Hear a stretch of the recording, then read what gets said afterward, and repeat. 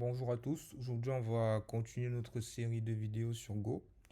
Aujourd'hui je vais vous parler un peu des modules et comment exécuter, comment son, son app Go peut être exécuté par une autre personne. Alors il faut savoir déjà que je reviens un peu sur la notion de package parce que ici pour afficher nos variables name et last name, ici on va devoir importer un package qui est natif de Go. Donc on va faire FMTP, on va voir que ici il importe le package et on va appeler print name, print qui permet en fait, print qui est une fonction du package FMTP qui est natif à Go. Si vous voulez voir en fait tous les packages qui sont natifs de Go, vous pouvez aller dans la documentation, ici dans Standard Library, STD. Et ici, on a en fait tous les packages de Go. Donc ici, si on tape FMT, Jump to FMT, je pense qu'ici, si je fais une recherche FMT, voilà, ici on a le package FMT. Là, et on peut voir en fait toutes les fonctions qu'on peut utiliser avec le package FMT. Ici, on va l'appeler print. Donc, on voit qu'on a print ici, ou on peut appeler print qui va juste euh, nous afficher notre string. Donc, ce qu'on doit faire, ici, on a fait name et on veut juste afficher notre string. Donc, on va faire un go run app-go, le nom de notre fichier. Et on va run notre code et il va nous afficher, si j'essaye d'agrandir ici, il va nous afficher en fait le nom de la valeur de notre variable.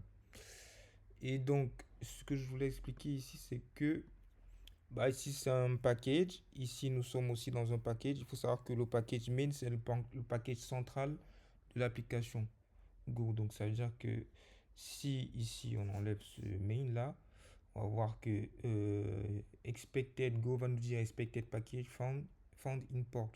Donc il n'est pas content. Ici on essaye d'exécuter notre fichier go run app. Ici il nous dit toujours l'erreur. Donc il faut toujours, lorsqu'on crée un fichier projet Go, il faut toujours importer d'abord notre package main. Pourquoi main? Parce que main c'est le point d'entrée de l'application Go. Et parce que tout le monde n'a pas en fait tout le monde ne pourra pas exécuter, entrer dans notre code et exécuter le code.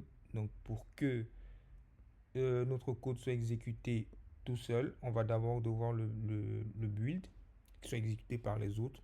Donc on va devoir le build. Donc pour le build, on fait une commande go build. Et il va nous dire ici go mode first not found in current directory. Donc en fait, il y a un fichier en mode, c'est un module, notre fichier de Go. On va devoir initialiser le module. Et pour initialiser le module, on fait un go mode init. Et ici, bah, Go, il n'est pas content parce qu'il nous dit bah, il faut donner le nom à son module. Donc on va lui donner un nom. Ici, il nous donne l'exemple. Go mode init example.com. Et il donne ici, ça c'est un nom aléatoire. Donc c'est ce qu'on va faire. On va faire go mode init. Et ensuite, on va lui donner le nom de, vas-y, test app, test.com, test.com, et on va l'appeler app, tout simplement. Et on va créer notre fichier.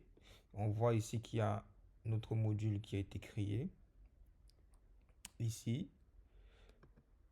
Donc ici, il répertorie en fait que notre module est là et il nous donne la version de Go. Ensuite, ce qu'on veut faire, c'est qu'on veut pouvoir run notre code sans avoir besoin d'appeler forcément le app.go. Donc, pour faire cela, on peut faire un go.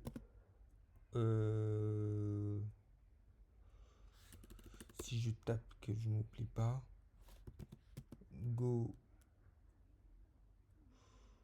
go run app. Ici, on a codeur. Là, on run toujours notre app comme tout à l'heure. Mais si on veut build, en fait, notre exécutable, on va faire un go build comme tout à l'heure. Et ensuite, il va nous créer un exécutable dans notre fichier. Vu que maintenant, on a un go mode qui est présent dans notre dossier. On voit ici qui est notre exécutable. Bon, ici, c'est parce que je suis avec macOS, mais si vous êtes sur Windows ou sur Linux, vous allez voir un exécutable. macOS, sur Windows, vous allez voir un fichier .exe.